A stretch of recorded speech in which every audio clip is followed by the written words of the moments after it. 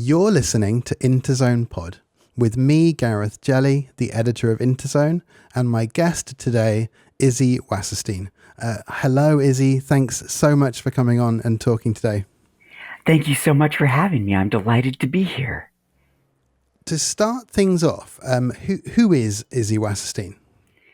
That is a great question. I am a trans woman who was born in the heart of the American Great Plains in Kansas. I am a nerd. I am a lover of all kinds of books and media. I am someone who talks way too much about her cat. What's your cat's name? So I have two. Fiona's the younger one, Ripley's the older, but Fiona's the one who is the weirdo, and so gets most of the discussion. Okay. You said you're a nerd.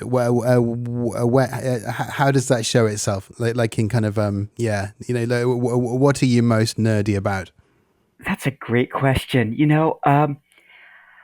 I think it switches. I've always been someone who pursues different hobbies and different passions, and Hmm. they take me to places I don't expect sometimes. But like right now, that includes, obviously speculative fiction, video games.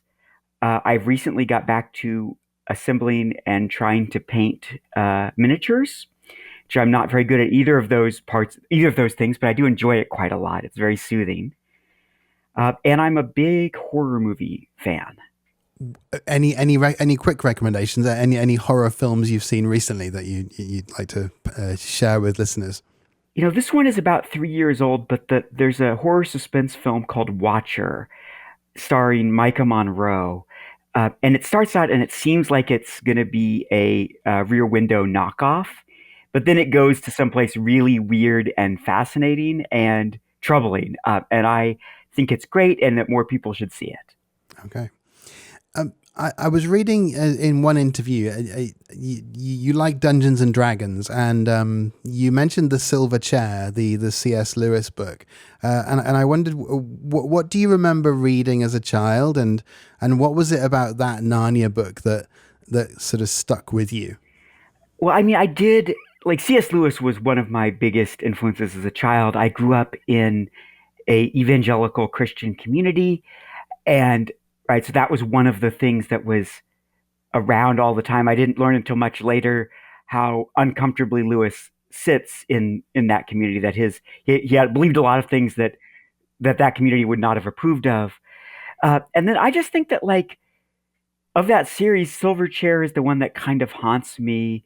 There's images like them like crawling through these like dugout tunnels and then realizing they're giant words written in the ground. It's got great characters. It's got unlike most of the series, it's got some kind of messy characters, which I really like. I always have loved a character that is um, going to do what they're going to do, regardless of whether that's a wise choice or whatever. And I think in retrospect, it's the one of those books that most feels like a role playing game adventure. They go on a quest, they find what they're looking for eventually. There's giants. There's all kinds of cool things going on. Were you were you reading quite widely when you were younger, or did you kind of have sort of favorite genres? How did your kind of your reading tastes look like then? Yeah, I was not reading nearly as widely as I wished I had been. I read a lot of fantasy. There was a period when I was young that I would read every single choose your own adventure book that I could get my hands on at the library, and usually get mad at them for feeling like there was not enough information given to let me make wise choices, which may tell you something about the kind of person I am. Um, I read, I read a lot of Charles Dickens, which I think probably influenced uh, my love of great prose. Um, I'm trying to think what else. I read a lot of like Christian fantasy, most of which not only doesn't hold up, but I would not recommend anyone deal with because a lot of it was pretty subpar. But yeah, so um, I'm sure I read a lot of baseball books too because I was really into baseball as a kid. Okay. And the baseball stats and the D&D stats, is there a kind of like an overlap a little bit on sort of a fascination with that kind of information or not? I think so. Yeah. It reminds me of the joke that fantasy football is Dungeons and Dragons for jocks. Um, and I was never a jock, but that does feel right to me that like there's similar obsessions just expressed in different ways. Right. You teach literature and also writing, and you're published. You've published numerous short stories and a collection and this book we're going to be talking about. Do you remember when your kind of interest in reading became the thought, I want to study this in more detail, or I want to kind of become a writer myself? When did that sort of transition happen, do you think? You know, I think there's a couple answers to that question. When I was a kid, I remember very much wanting to be a writer. But by the time I started college, I was not sure that was for me. I originally started out as a computer science major and pretty quickly discovered I only liked that stuff when I wasn't doing it on a deadline. And I was taking some what I thought were just general education classes in English, and I found that I really, really liked them. And I started prioritizing them more and more. And then at some point, I think maybe late in my sophomore year, I realized, wait, there's a way that I can do this possibly for the rest of my life, that I could spend my time thinking and writing and talking about books and make money from it. Not a lot of money, but some money. And pretty quickly that became what I knew I wanted to do. Like once I realized, oh, I would love to sit in classrooms for the rest of my life and talk about these things, then I knew I had to try. So and right now you're teaching literature and creative writing in Kansas or somewhere else? I'm currently in Southern California. I teach at California State University San Bernardino, which is about 60 miles inland from Los Angeles. I've been here a little less than 2 years, and I'm really loving it so far.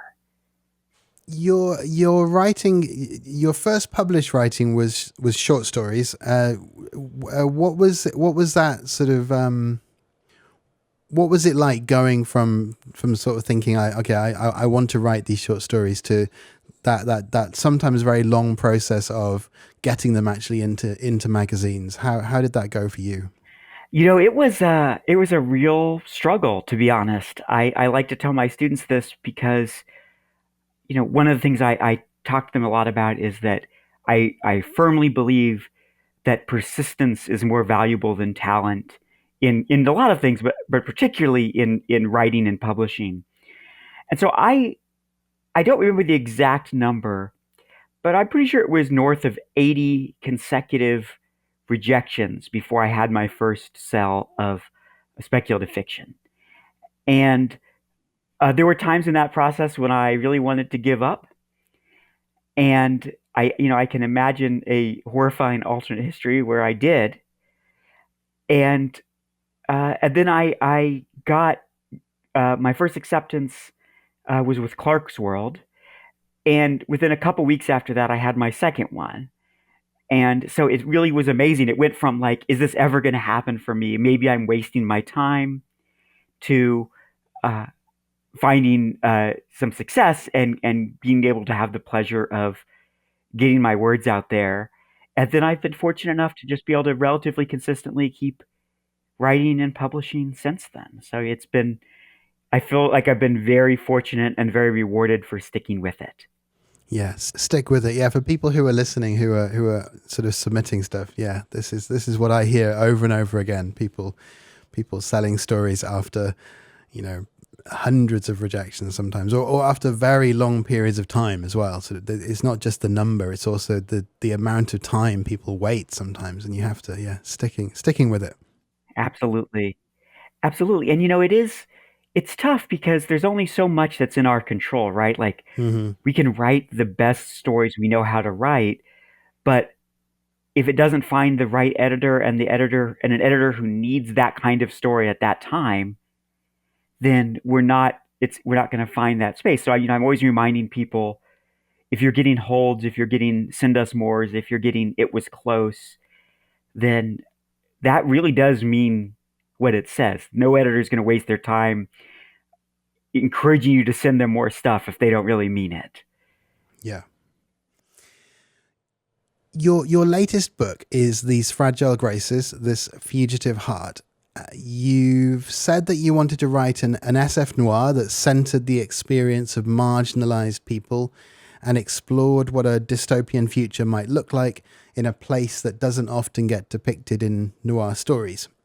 And you've talked about how, as a trans woman, you're constantly being reminded that your existence is political, and that the political dimensions of the novella were there from the beginning. How would you introduce this book, which is a really great book, and in what ways did being a trans woman and being a writer who identifies as being, marginalized and as part of a group which is, just as today in the news from the UK, we're sort of seeing, all sorts of stuff which is depressing and sort of backward. How did that, writing it in that sort of time, writing it in this space, sort of change it and shape it? Yeah, thank you very much for that lovely question. So my sort of elevator pitch slash description for the book is: in mid 21st century Kansas City, Dora, a trans woman, returns to the commune that she left furiously and promised never to return to, in order to investigate the murder of her ex. And, I have what I sort of think of as one of my personal missions as a writer, and that is to write stories in which marginalized people, and in particular, because it's the site of my marginalizations, like queer and trans characters, get to be flawed, they get to be messy, they don't have to be perfect in order to be worth existing and worth spending time with.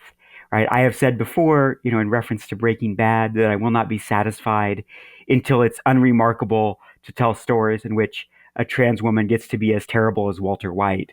Right. Right? Because we deserve to be able to be seen as full people. Mm-hmm. And we don't have to be a model minority to have our stories told, or at least I really don't want us to have to. Uh, and I have, from the very beginning of writing of speculative fiction, I've always found myself drawn to these stories of marginalized people, and especially marginalized communities, dealing with difficult times, very often responding to authoritarianism and fascism.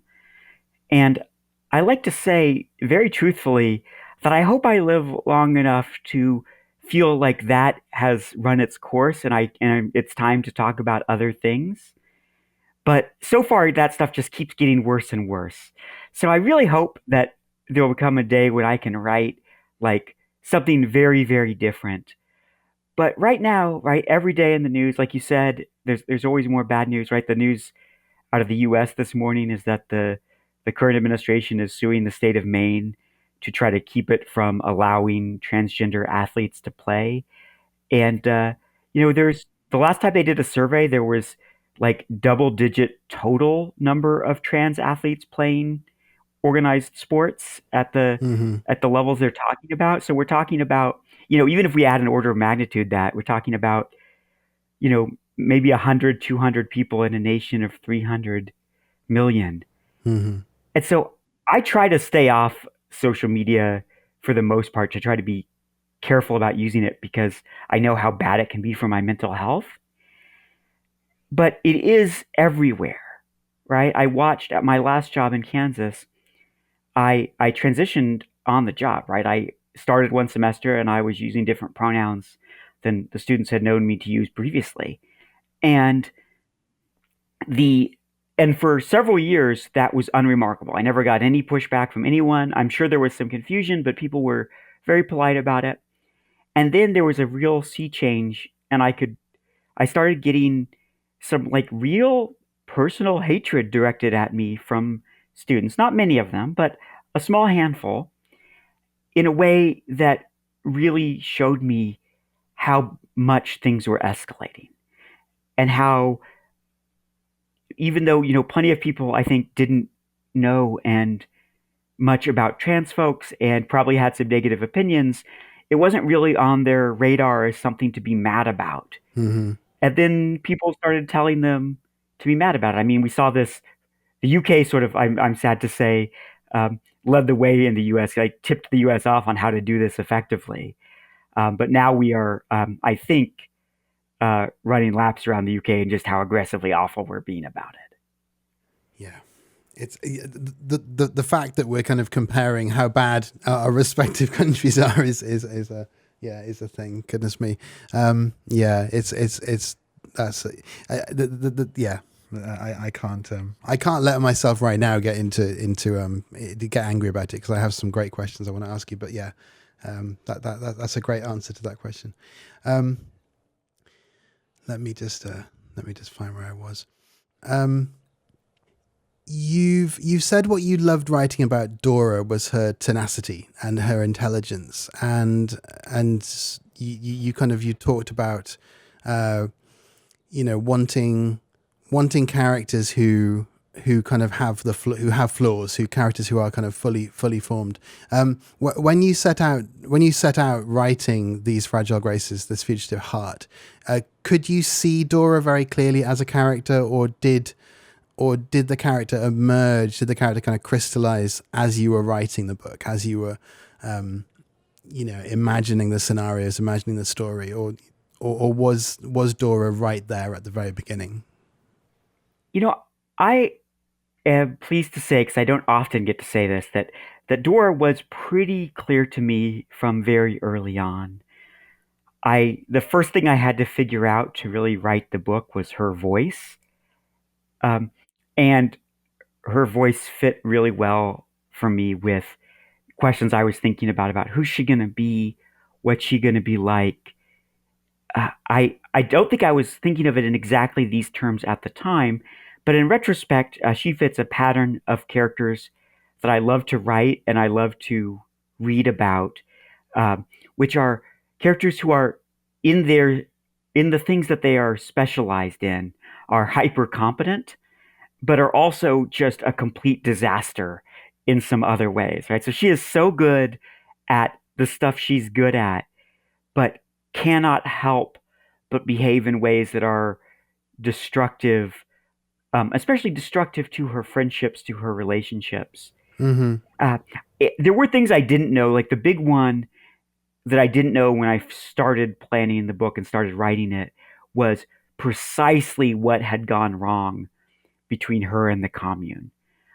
I knew something had, and I had a sense of what kind of thing, but it was only as I was writing that I realized that, oh, I know exactly what this needs to be for her to both still be feeling kind of righteous about it and be at some level acknowledging to herself that she made a real mess of it. Mm-hmm. When you went from writing shorter stories to writing this novella, uh, were there challenges? Did you discover things about yourself as a writer, and about tackling aspects of writing a novella, as opposed to writing things that were shorter and more, maybe less sort of, maybe less complex, or maybe complex, but just simply less extended to write? And I wonder, kind of, do you feel that now you have this one out in the world, do you have a kind of confidence going forward with more longer works? Yeah, I love that question. Thank you. I'll address the last question first to say that No, I've never been a writer that has an overabundance of confidence. Uh, my friends like to joke with me that my writing process is work really hard on something, panic, announce that I'm giving up, 2 days later, announce that I've figured out the problem that I couldn't solve. Uh, which I think there's some truth to that. I have learned about myself that in the middle of a project, I can't trust my own judgment because I always hit a point where I'm like, this is bad. And I know I need to push through it because I can't get clarity until it's done, which unfortunately is harder at longer lengths, right? Like there's a lot more pushing through. Mm-hmm. In a short story, the amount of time I have to spend before I have a finished draft that I can think about clearly is not nearly so oppressive. Um, I think for me, both for reasons of writing and loving the short story form, like it's still my first love as a writer. I hope that I never stop writing short stories, but both because of the nature of the short story form and my personal inclinations, like the kind of world building I like best in particular is the kind that drops telling details in and leaves it to the reader to sort of assemble the world from those details. And at short fiction, you almost have to do it that way, right? There's just not space for like paragraphs and paragraphs of world building in the way that a novel can do.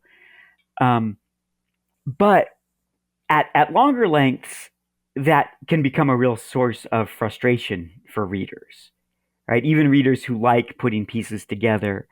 And so a big challenge for me was figuring out how to write in a way that still made sense to me. And like, as Dora as a character is not somebody who was going to sit down and give us long monologues about the state of the world, right? She's brusque. She's going to say things the way she, say things that she means and say them relatively briefly. And so none of that was working for me. So that was a big problem that I had to solve. And also I had to figure out like, how does one write a murder mystery? And at short story length, right, you can write certain kinds of mysteries, but there's not time for a lot of twists and turns. And suddenly I had all the space that I needed for twists and turns, and then I had to figure out what to do with that space. So that took a while as well. Lots of planning, and lots of kind of changes of plans, or do you tend to go in and without a lot of detailed notes? I'm somewhere in the middle. I had a a document that had sort of the major beats that I wanted, the scenes I knew I wanted, the things that felt like they were integral to the story, but I didn't like fully have it plotted out. And some things did change pretty significantly over the course of the story. This is also a point where it's probably worthwhile for me to say that I am cursed with one of the worst long term memories that you could hope for. So I'm sure somewhere in my mind are specific examples of changes that I made that are not coming to me right now, unfortunately. But I knew when I started that I had to have a pretty clear vision for the plot, at least at a fairly high level, because otherwise I feared that I would never figure out how to solve it, how to make the plot work. And which is also how I started writing short fiction. Although these days I am much more comfortable at short length, just like making a few notes to myself, like here are the vibes I want for the story. Here are the beats I want. Here's an image or two that made me want to write this story.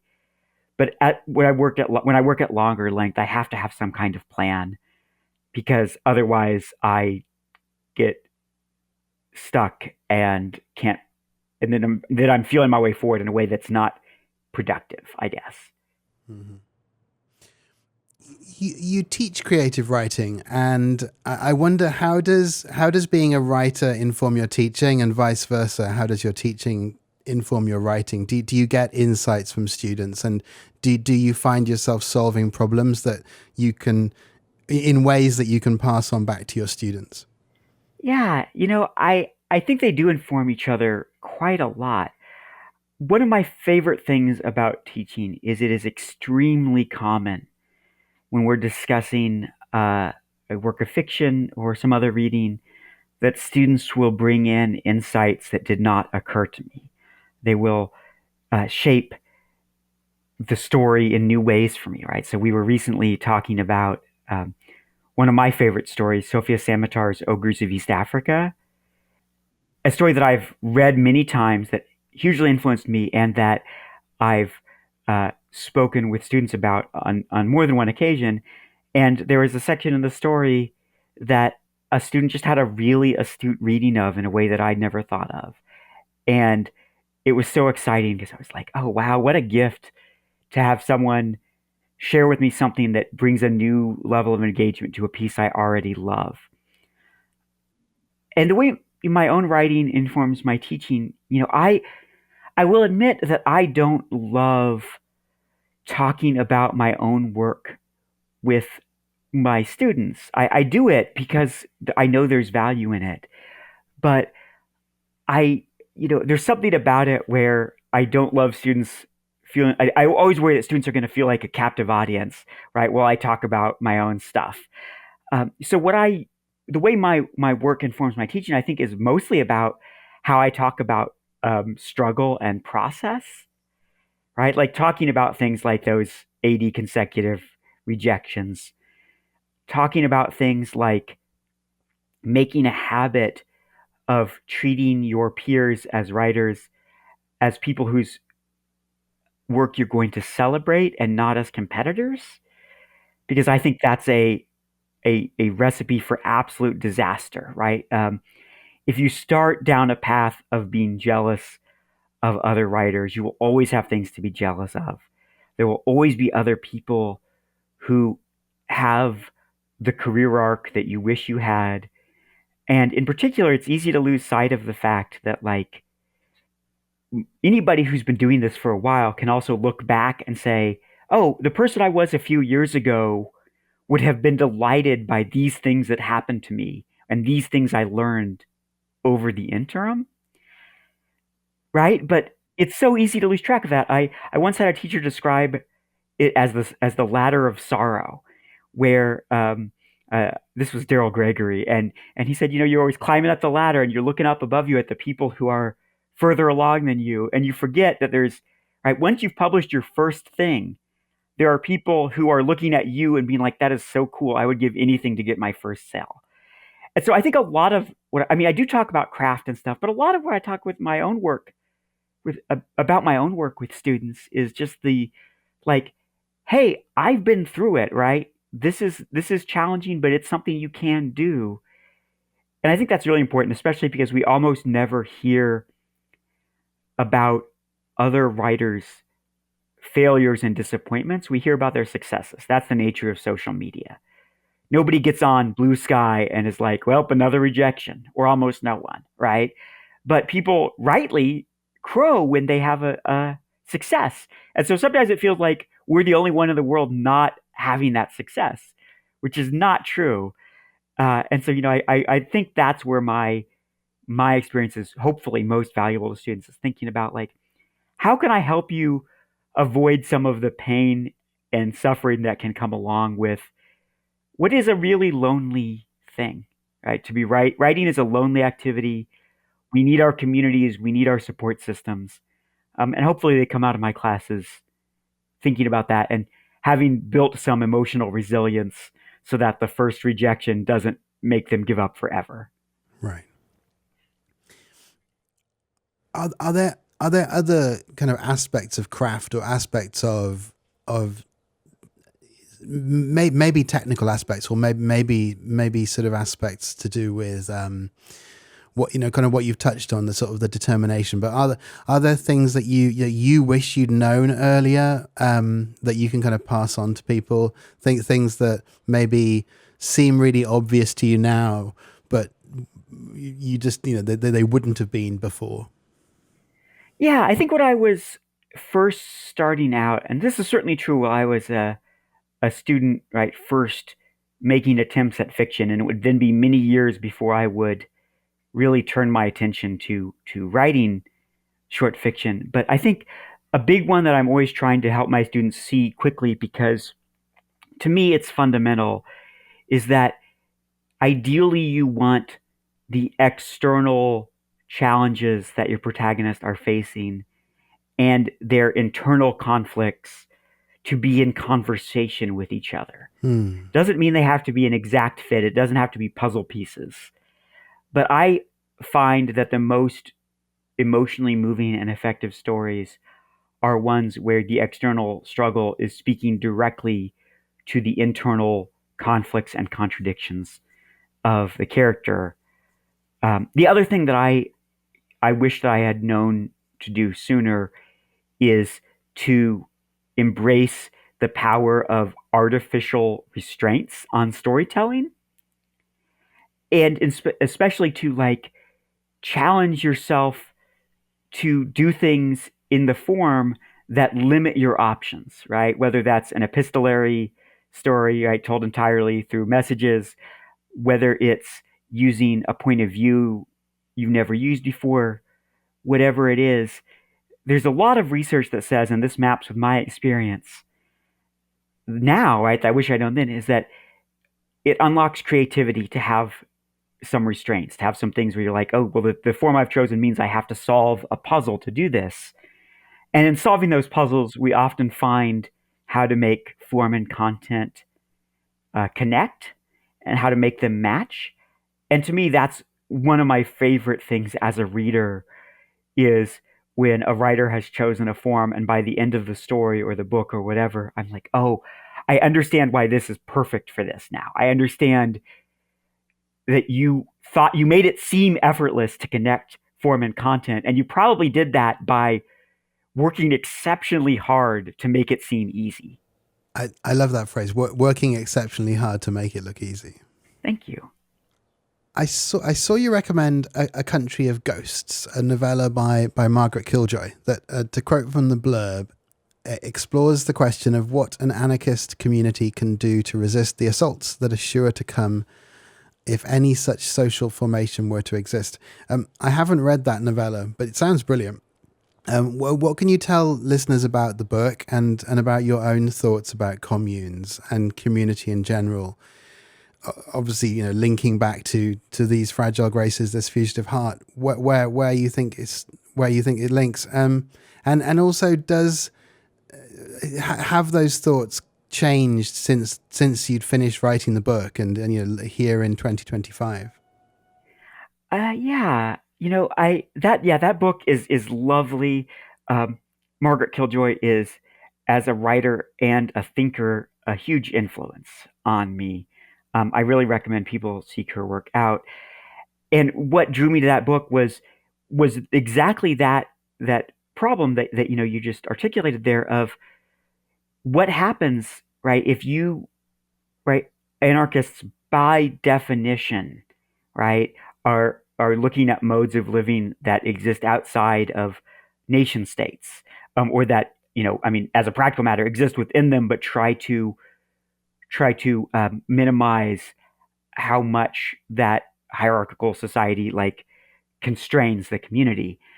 And the problem is that once you try to imagine a something on the scale of like a country or like a large group of people all committed to this ideal, you know, the thing that people always say dismissively is, well, right, the hierarchical countries will just come in and take over, and there's nothing you can do about that. And Killjoy has some really interesting thoughts, which I won't go into a lot of detail about because I think they end up being spoilers for that book, which I want people to read about that. And I think they're really thoughtful. It's second world fantasy too, which is always fun to see, like the ways that plays out and the ways that it allows you to look at these challenges from a new direction.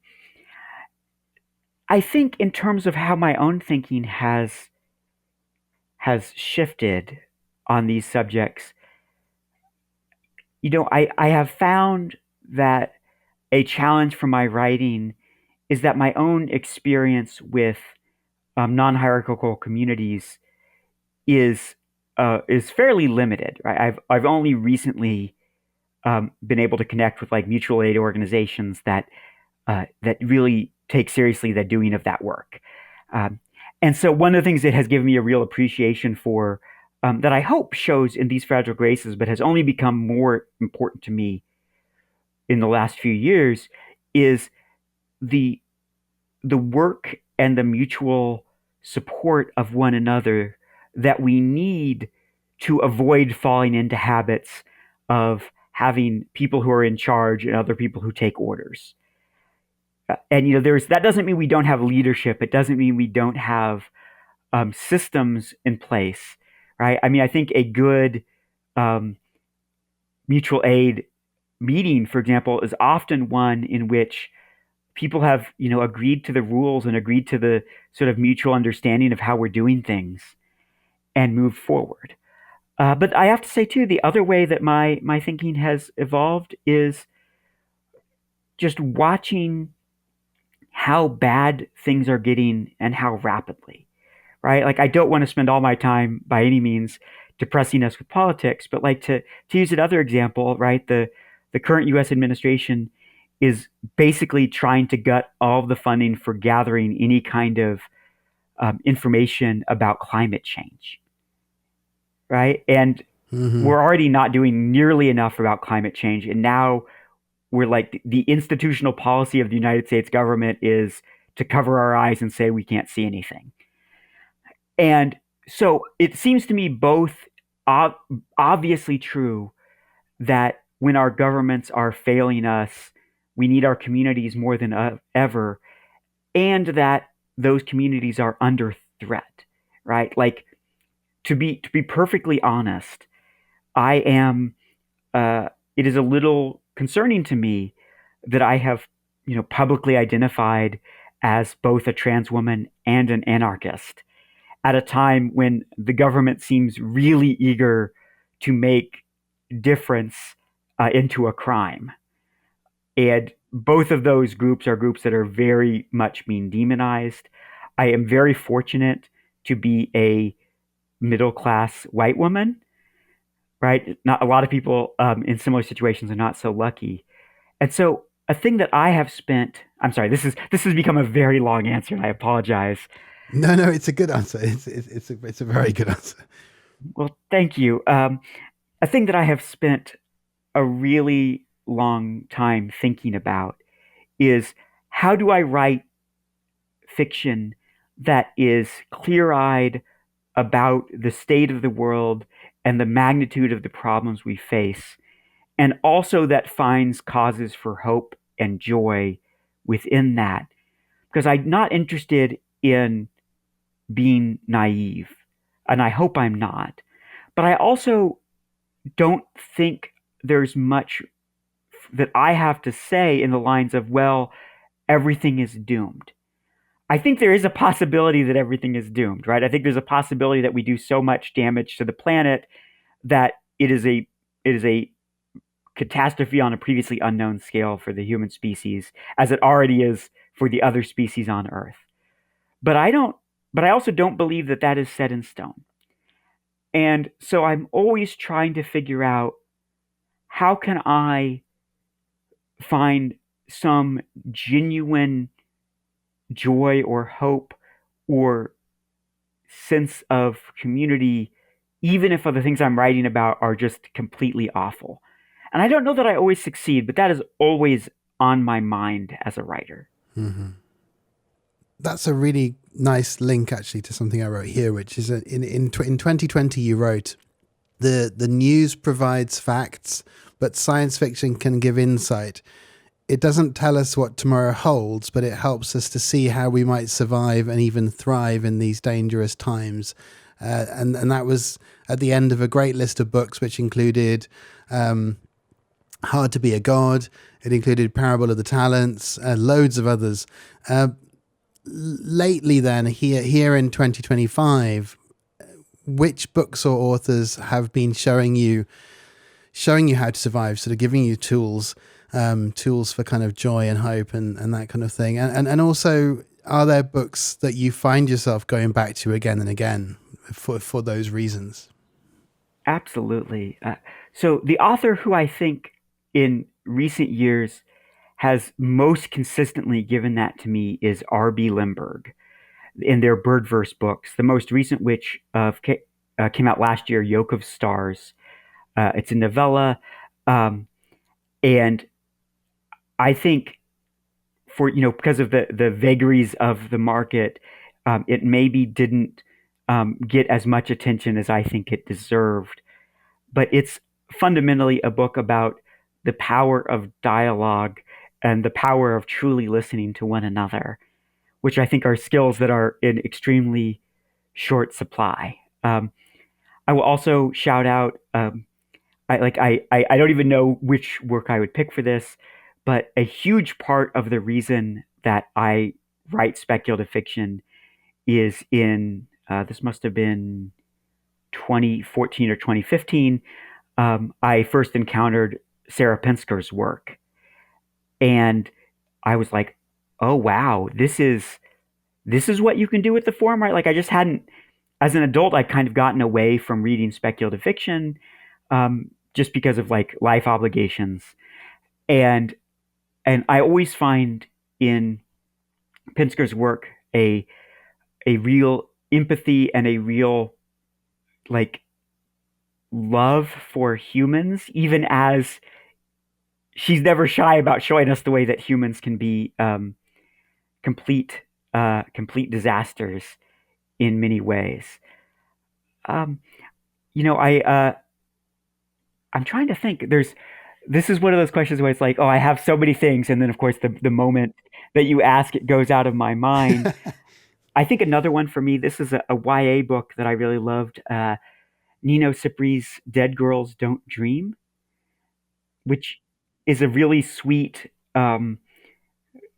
fantasy slash horror about a magic wood and witches, and about what happens when you have to live with legacies of trauma and of the choices that generations before you made that you have to suffer the consequences of, which, for reasons that are probably obvious, has been on my mind and the minds of a lot of people of late. And then one more I'll name, like this one. This is a book that definitely doesn't need my boostering, but I'm going to booster it anyway. Kelly Link's The Book of Love, also from last year, is just an amazingly crafted, a gorgeous prose, but also a book that's really thinking about what it means to love other people. Right at its heart is the relationship between siblings, which is a kind of love that I wish there was more of in fiction. And so it really, right, it has been a solace to me during these extremely difficult times.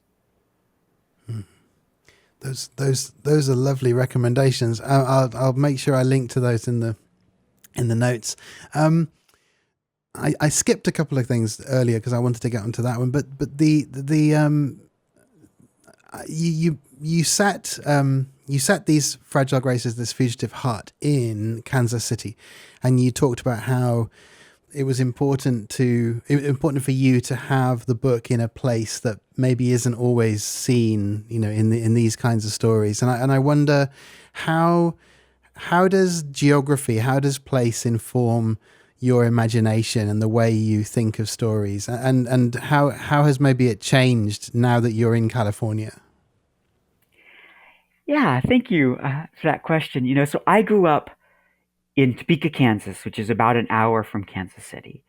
So part of why I felt I could do justice to the story in Kansas City was I knew it well, right? Like I have spent quite a bit of time in and around the neighborhoods there. It's a city I know very well. It's a city that I love.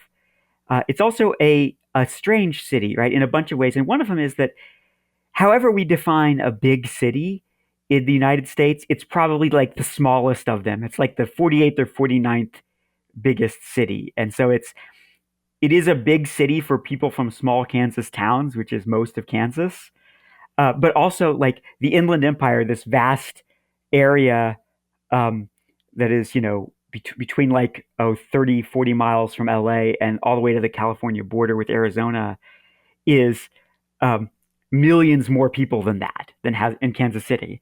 So Kansas City is like this weird combination of big city, small town.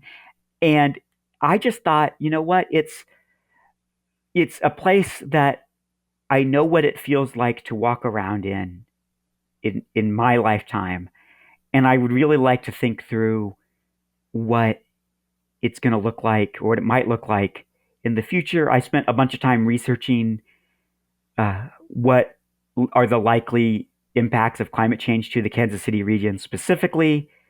There was a point in planning of the story. It didn't end up featuring much in the story itself, but I'm glad I did it, where I was like looking at elevation data to figure out which neighborhoods would have likely been flooded there. And so I think because I knew that the combination of drought with cycles of torrential rain were almost guaranteed to cause massive flooding along the river at some point.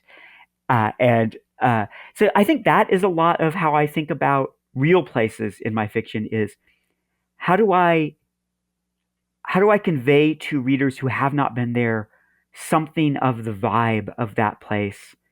And how do I do it with enough respect that readers who do know it well will hopefully see the value in what I've done, even though, as I often do, and as I did in These Fragile Graces, This Fugitive Heart, I do take some liberties with geography. Like anyone who really knows the area around downtown Kansas City could find places where I've like moved to adjacent blocks and put them as though they were one.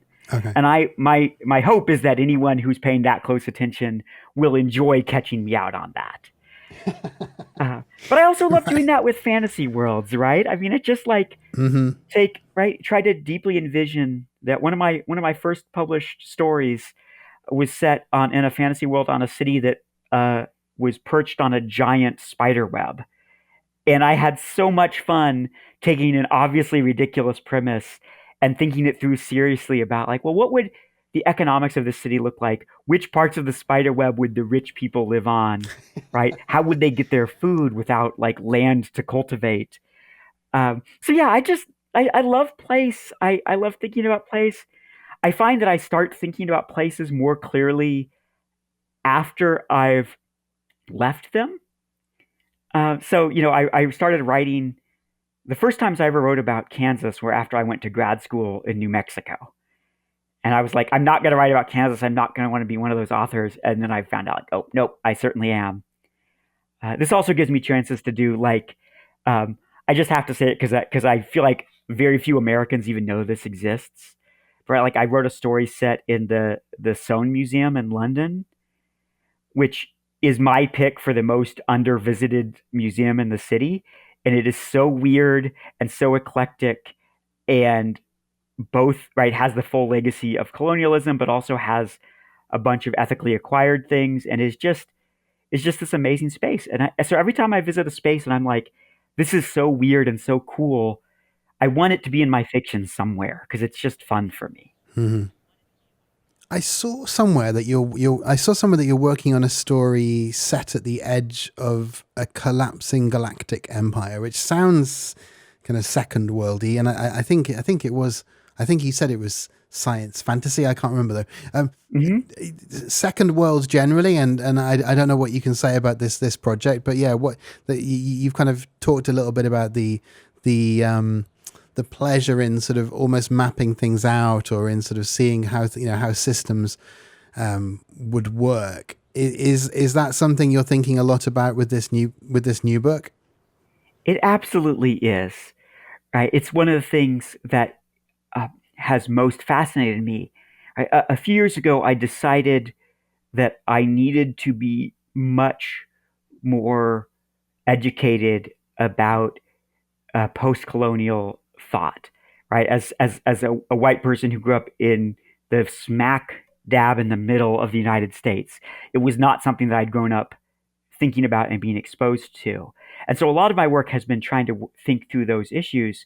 And in particular, in this project, which hopefully someday before too long might see the light of day, one of the things that is of interest to me is this problem of when you have an oppressive empirical power, right, that is now falling apart. Um, uh, what what do you do about that? But also, how do you deal with the fact that even if that needs to happen, right? Even if it is for the best that that imperial power gets defeated, that does not mean that it's not going to cause a great deal of suffering and pain, right? And in fact, I think we're seeing that play out. I wish we weren't in a lot of ways, but I think we're seeing that play out with right the United States so heavily damaging its position in the world. And even though there's been plenty of ways where the U.S. has been harmful to the world in its position, right? We're also seeing things like U.S. aid being gutted so that we're not doing things that are just responsible, like helping prevent HIV spread in places that don't have the resources to do that. So I think that for me, like this second world, right, fantasy, which also has like creepy monsters and psychic powers and all kinds of political drama that is far removed from our world. But I always wanted it to be a space that was also thinking about, well, like, what happens when everything falls apart? And even if that needed to happen, it is going to cause a great deal of suffering and hardship to people. And that's still things that I'm working through, and I won't pretend that I have anywhere close to all the answers, but I have found it beneficial to be thinking about, I suppose. Mm-hmm. Those are, well, yeah, excited to hear about that. That sounds like a wonderful story. That's all my questions. I thank you so much for so many interesting things and so many. It's been a really fun conversation. At a difficult time, and I wonder, just as a kind of final thought, you've said that you've said that finding joy in tough times can be a radical act, which is something maybe you could unpick a little bit, but also where are you finding joy in 2025 that you haven't already mentioned, and sort of, well, yeah, what would you say to people who are listening maybe and finding it difficult to find joy in 2025? I know, I think you've said you are pessimistic generally. Is that right? That is true. Yes. So maybe it's a difficult question, but I think from your writing and from what you've said that I think you can navigate the two. Yeah. I mean, I am pessimistic generally, but I think it's also true that I'm pessimistic because I want things to be better than they are. And so, like, for me, right, what I mean by finding joy is an act of resistance, right? Is that there are plenty of people out there, many of them in power now, who would and do delight in the suffering of others. And so even at a level of like I'm not going to say that like spite is what I would recommend as a site for joy specifically. But there are times when I take joy in the morning of getting out of bed and being like, you know what? I continue to exist. My friends and my community continue to exist. Um, and we love and support each other. And that these awful things that people are doing don't change that. Right. So every day that I find happiness and joy and solace as a trans woman is a victory against people who think I shouldn't get to exist. Beyond that, though, like ways of finding joy, the biggest one I recommend is finding ways to get involved in your community. Right? I strongly recommend anyone who's looking to do that and isn't already get connected with local mutual aid groups. Right? It is amazing how important. It is amazing how useful it is to remind yourself of the importance of community and of helping individuals when you can't fix the state of the world, right?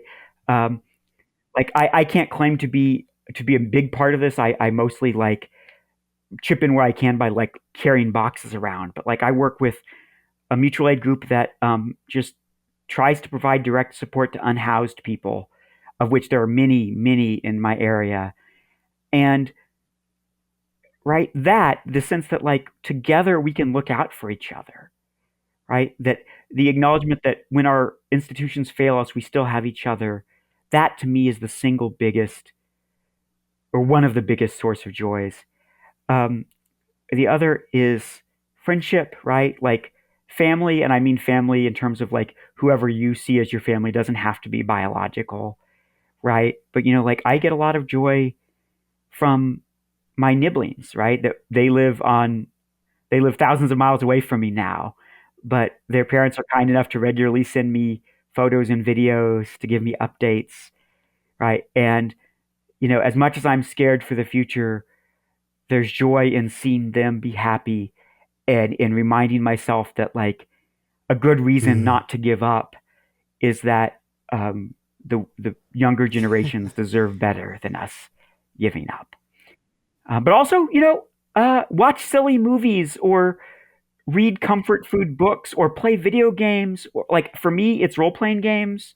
When I can't deal with the world anymore, um, I can always look forward to the next time I gather with my friends and we tell silly stories in a fantasy world. So whatever it is, like don't feel guilty about not. My big advice to myself all the time is don't feel guilty that I can't do everything, and don't ruin the moments of pleasure I have by being like, should I be at a protest somewhere right now? Yes, it's great to protest, but it's also important to take care of ourselves and our loved ones. That's a fantastic answer. Thank you very much. Thank you. It has been just such an absolute pleasure to speak with you. Thank you very much, Izzy Wasserstein, for coming on the show. It's absolute pleasure. And your book, These Fragile Graces, This Fugitive Heart, is available wherever books are sold. And I recommend it very highly. And hopefully we can talk again when you next have something exciting. I would love that very much. Again, thank you. This has just been an absolute delight. You've been listening to Interzone Pod with me, Gareth Jelley, the editor of Interzone, and my guest today, Izzy Wasserstein. Find out more about Interzone at interzone.press and read stories for free at interzone.digital. Thanks for listening. See you next time.